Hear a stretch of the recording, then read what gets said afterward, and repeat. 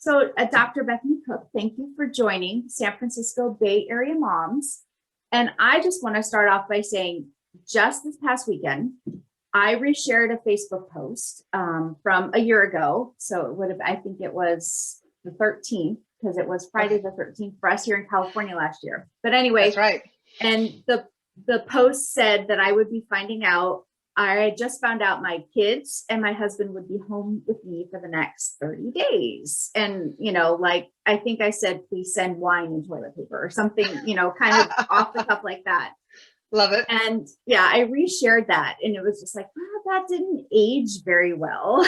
But so now, 1 year later, as we begin to see that kind of the light lifting from the pandemic, it's still really important for parents to have those mental breaks. And just because we can see light lifting, it almost means like we need to like buckle down even more to kind of help us get through it.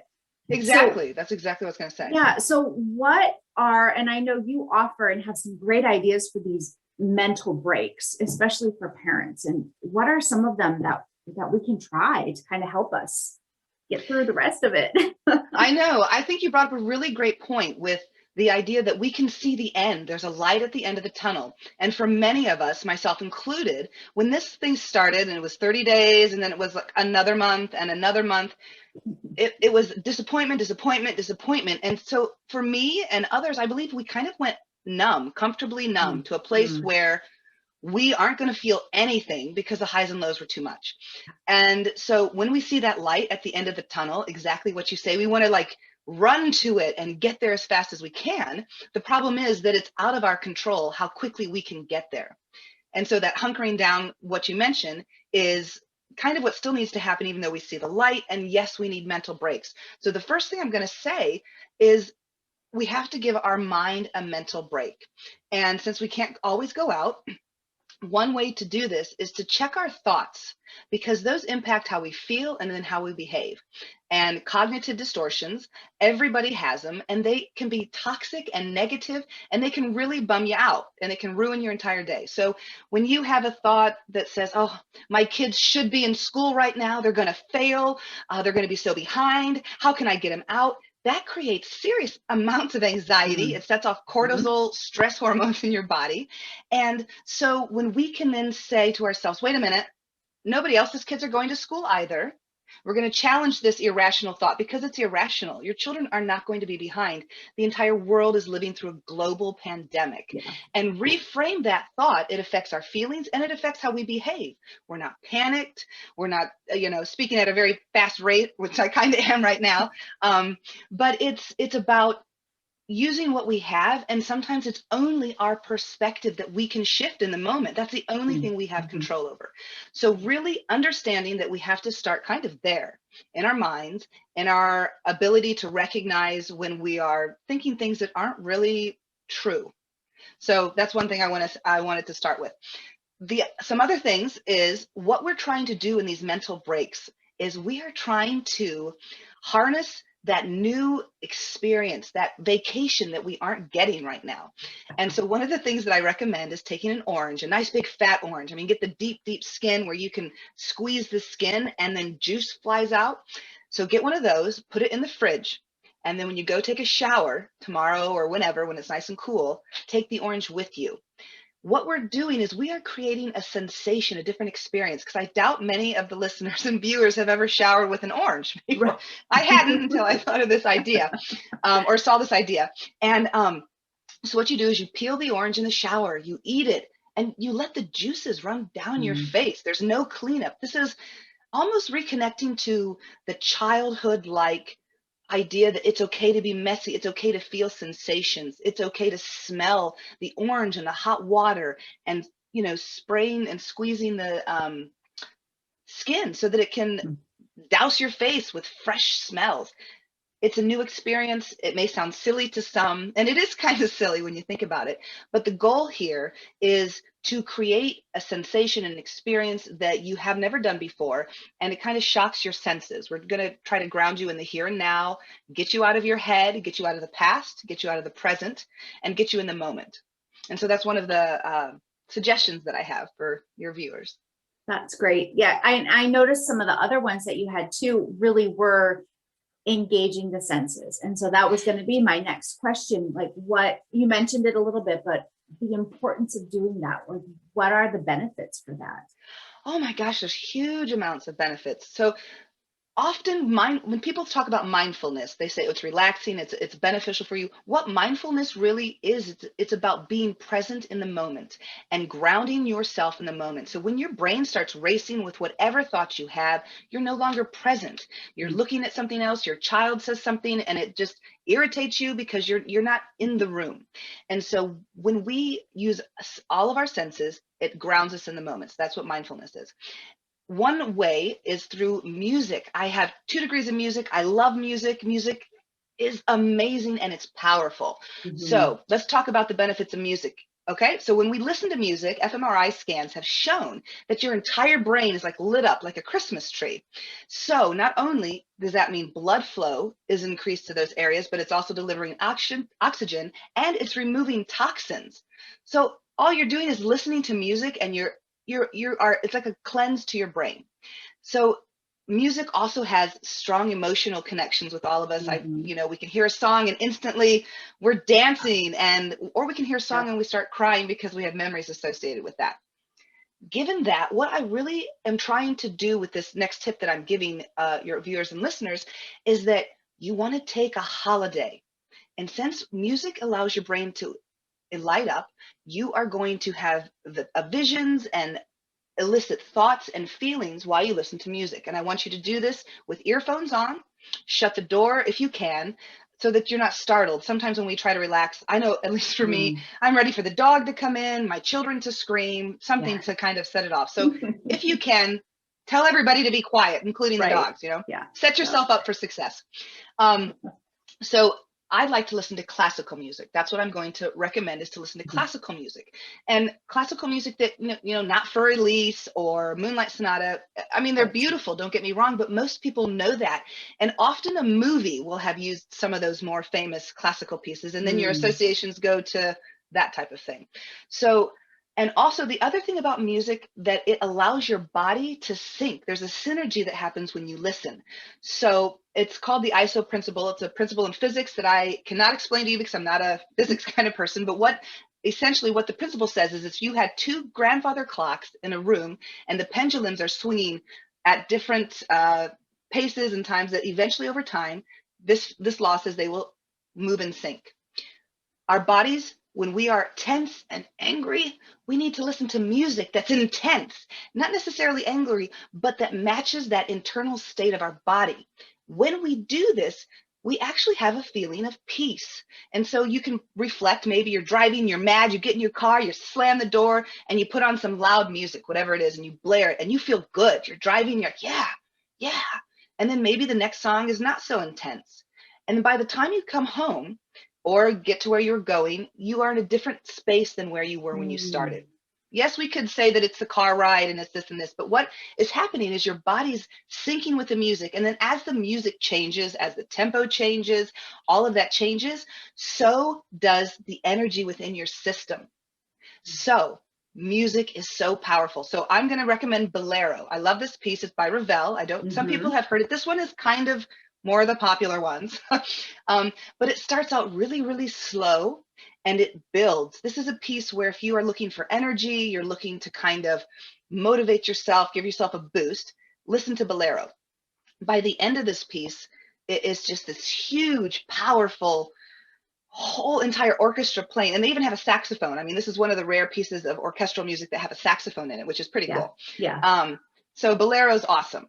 Another piece that I'm going to recommend is by an American composer. His name is Charles Ives. Now, the cool thing about Charles Ives, or the interesting thing, and I believe this is all relevant to when you start thinking about what kind of music you're going to listen to in your mood. That's why I'm kind of going into some of this background for your listeners. Charles Ives was born somewhere in the Midwest, I think. I can't remember exactly, but he lived in a time in American history and culture where we had marching bands. Mm. So he could stand in a field and hear maybe 2 or 3 marching bands at the same time, but playing in different rhythms and in different tonality. So he became inspired and intrigued by polytonality in music. And this means maybe something's in the key of A along with the key of E. He has 2 different tonal centers happening in the music at once. And what this creates is a lot of tension, which he resolves in beautiful, beautiful ways in most of his pieces. So the other piece that I would recommend is called Unanswered Questions by Charles Ives. And this is a great piece if you're conflicted. You don't necessarily have to be hyper or calm. It's a piece where you have a question, a dichotomy, something where you're just not Mm-hmm. feeling it. Put that on, take a moment, listen to the music, and just go with the flow. And the other thing about music that I want to let your listeners and viewers know is that your mind is going to go on this amazing adventure, whether it's just peace and imagery of beautiful places, or maybe it's just calm and you just see maybe lights when you close your eyes. So I recommend closing your eyes and allowing the Mm-hmm. music to take you on a trip. And I love doing that. And it does it for me every time. And if it doesn't do it for you the first time, that's okay. You didn't fail. This isn't a pass or Yeah. fail. This is a practice. You have to learn to relax and allow your mind to just be free. And maybe if it's harder for you, maybe reflect on control. Is this something where you like to have a lot of control? Is something I might suggest that they let go of some of that control. Mm-hmm. And then the last music that I'm going to recommend is Holst, Holst. He wrote a bunch of music called the planets, songs called the planets. And for each planet, he has an emotion or a feeling. So I believe Jupiter is the bringer of jollity, joy. And when you Yes. listen to the music, you feel joyous. It's awesome. It's amazing. I don't know. I love it. I love it so much. And he has, I think, war. Just has a lot of different uh, feeling songs that I think are great for children and adults, and kids can really get into it because the music, I believe, is a great and accurate representation of whatever he's trying to convey with the title Mm. of the piece. So Right. that's my bit on music. Sorry. No, that's wonderful. And I think most people wouldn't think to match their emotions to the music, that they would automatically go for something, you know, Opposite. calming or or yeah, whatever it would be, to kind of do that. But that's really interesting. And I think it's important too for people, because I keep hearing, um, to recognize the physiological responses your body is going to have to all of this. And I don't think Yes. people really make connections, a lot. Well, with many things, with emotions and physiology, and there's real power there. And Absolutely. And yeah, our brain is just, what is it? It's proteins and it's electrical energy. If we really want right. to get down to it, Yep. Yeah. emotions are electrical charges in Yeah. our brain. Right. So it is so important we walk in rhythm. Our body pulses in a beat. We speak in cadences with up and down. And if Yes. somebody let's think about somebody with a stroke. Their speech often doesn't have cadences and their walking is at times shuffled, the gait, and when their foot hits. If you want to take a fast walk, put on a song that's just a little bit faster than your normal gait, and the music Mm. pushes you. Your foot hits the pavement with each of those beats. It's amazing. Music is powerful, and use it for your children. And I just want to bring it out one more time. You pointed on a big thing that if your kid is acting up, do not put on Yanni. Okay, that Right. is not going to work. Do not get Kenny G unless he's in the Katy Perry's Teenage Dream song. I think that's the Right. one, where he does. That's a great video. But anyways, match your kid's mood. And Yeah. this is a great tool that is just you use anytime. If they're Mm-hmm. pick 3 songs, get the mood state changed. Yeah. So that's my bit on music for sure. That's perfect, because actually that kind of leads me into my next thing. I mean, we as parents, know and should know, and sometimes have to be repeatedly told, you have to take care of yourself in order to take care of others. Yeah. And so that's what I want, our moms to get from this. But I do also then want them to realize there's a connection with their kids. And so when you're talking about these ideas, whether it's music or the orange or the other senses, not only how important is it for our kids to see us taking these mental breaks, but how can we engage with them, or share the knowledge? Like what is the appropriateness there? That's a brilliant question, and well stated in the fact that we have to model self-care to our children. Monkey see, monkey do. So take a bath with your kid if they're younger, and get the orange out and have fun with it. I don't know, get a banana. I don't think it'll be quite the same, or an apple, but have a fruit party in the shower Mm-hmm. or bath with your Mm-hmm. child. If it's a teenager, offer them the idea. Say, hey, I'm going to go do this. I put an extra orange in the fridge if you want to, because teens never want to be told what to do. It's just, No. yeah, they just want to be Yeah, suggested. that's right. um, and my kids, we listen to music a lot, and we dance around the house a lot. And sometimes I'm overstimulated and I have to turn the music off. And I will say to the Yes. kids, you guys are shouting, I'm glad you're having fun, or they're not having fun. The music's going, the dogs are barking. I can't handle it. I'm overstimulated. So the music has to Mm-hmm. go off. And then there's times where I say to them, you know what? We have to clean our room. How can we get motivated to clean our room? Children love choices. Empower your kids. What's the playlist today? Every other song the kids get to pick. Maybe you can make a playlist. That's the really cool thing about like Spotify and these online Mm-hmm. music apps, because you can quickly do that. And if you don't have that, I understand. You can get a CD out. It works the same. Sure. So it's just about empowering them with choices, and then asking them to join with you. So one of the other suggestions that I have, we talk about sensations and tastes and being in the moment. So, or senses. So they're going to Mm-hmm. love this one. This one is guess that drink. Taste, or no, test your taster. It's a Okay. tongue twister. Yeah. Test your taster.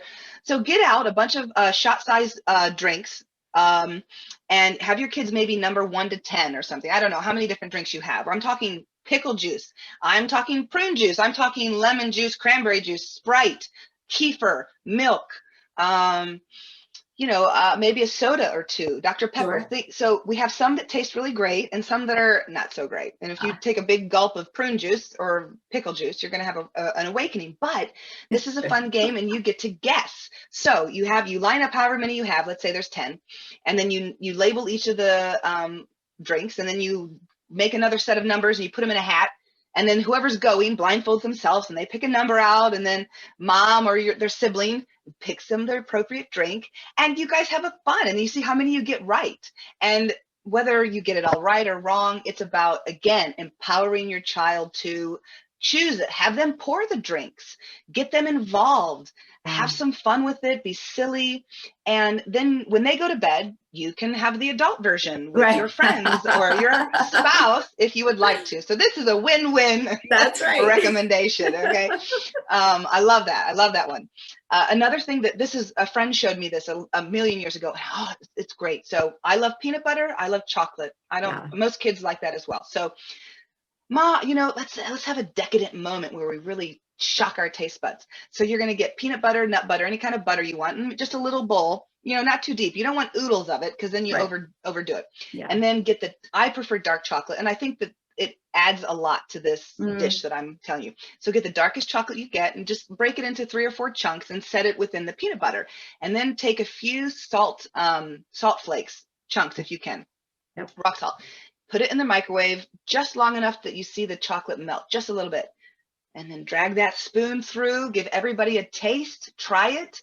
It's delicious, and it hits on all the taste buds. It's like a Reese Mm-hmm. Pieces cup on steroids. It's Yum. really good. Yum. Yeah. So Well, I think we focus a lot, when kids are growing up in preschool and the little ones, mhm. sensory bins and touch and things. And then it does seem like they get to that first, second, but as they get older, where their senses aren't as purposefully engaged as Yes. maybe they were when they were littler. So they kind of go through this time where maybe they are kind of forgetting what that's like. So this is great, a great thing to Absolutely. do. Yeah. But you're right, they do forget because they're all about books. Their hands are in their phones. When Mhm. was the last time your teenager put his hands in a bowl of Jello, Right. a Right. bowl of rice? That Yeah. reconnection to sensory. If your kid's Yeah. taking a bath, go take them a bucket of ice cubes. Say, Oh, have that's fun in the great. Yeah. bath. Yeah. Just have it run down their arm. And Mm-hmm. I don't, we all, whilst it feels like it was a long time ago, many of our childhoods, I believe that if we pause long enough, we can reflect that even as teenagers, to be able to do some of those things that we did when we were younger is kind of fun. We Mm-hmm. don't want to say that it's fun, you know, we have to Right. be Yeah. cool. So Yeah. Yeah. mom or dad brings it up. It makes it a lot easier That's right. to Yeah. do that. Shaving gel or a shaving Yes. cream or, any of that kind of stuff. But Yogurt. yeah. Yeah. Oh, here's an Yeah. idea. So, what you can do, I think you probably could Google this because I'm not going to have many ideas right off the top of my head for this, but Nope. you can have a sensory night where your kids, you blindfold the teens and you tell this really gross, scary story and you pass around. So for brains, you get pasta and you cook the pasta and then that's like the brains or the Oh, guts. yeah. And then you can peel grapes and then those are eyeballs and they have to Oh. put their hands in the eyeballs and feel it, Uh-huh. but their Yeah. eyes are shut. And I'm, like I said, I'm sure they can, Google scary night kind of things with food Mm-hmm. and come up with that kind of stuff. And Yeah. it's fun. It's things that you don't have to spend a lot of money on. And it's Right. opportunities for you to reconnect with your child and Yeah. do Oh, something I that love that. maybe you haven't done in a while. Yeah, that's amazing. Those are great. Those are all great. So as we especially begin to assimilate back to crowds or kids going into classrooms, schools, things like that. What do you have? And I know this might be a little off, catching off guard, but what kinds of tips can we offer that? I mean, where we've been almost sensory deprived because we've Hmm. been in our homes. I mean, yes, we've had Hmm. interactions with computers, but we haven't had a lot of that peripheral stuff Hmm. going on. So do you have any advice for parents and for kids on what we can do to kind of Yes. tackle that? Yes. I believe that a talk needs to happen with every child and say that it is okay if you become anxious if Mm, somebody stands too close to you. It is okay if you get set off if you see something you don't like because we have been deprived. We've not been around other kids, or children haven't been around children. And that's a mm-hmm. two-edged sword, I want to say, because I know there's so many children right now who've been bullied mercilessly in school that have had a year of no bullying. And Yes. Yeah. then there's kids who really need that socialness and they haven't Mm-hmm. had it. And so they've had isolation. So these children, they're all coming back at different levels. And so explaining to your child that not only are they going to have to be kind to themselves, but be kind to their friends, that their friends, Mm, we don't know what they went through. Some families, calls to DCFS decreased by 50%, not because abuse yes. wasn't happening, but because people weren't seeing it. Mm-hmm. So just explain to them that this is a time of transition. Let them know that things might feel different or be different, and it's not going to be exactly the same that it was before they left. Because I Right. think that that's important to be ready that it's not going to feel the same. Desks might be Mm-hmm. separated. Yeah. Masks will be required at some schools, I Yeah. believe.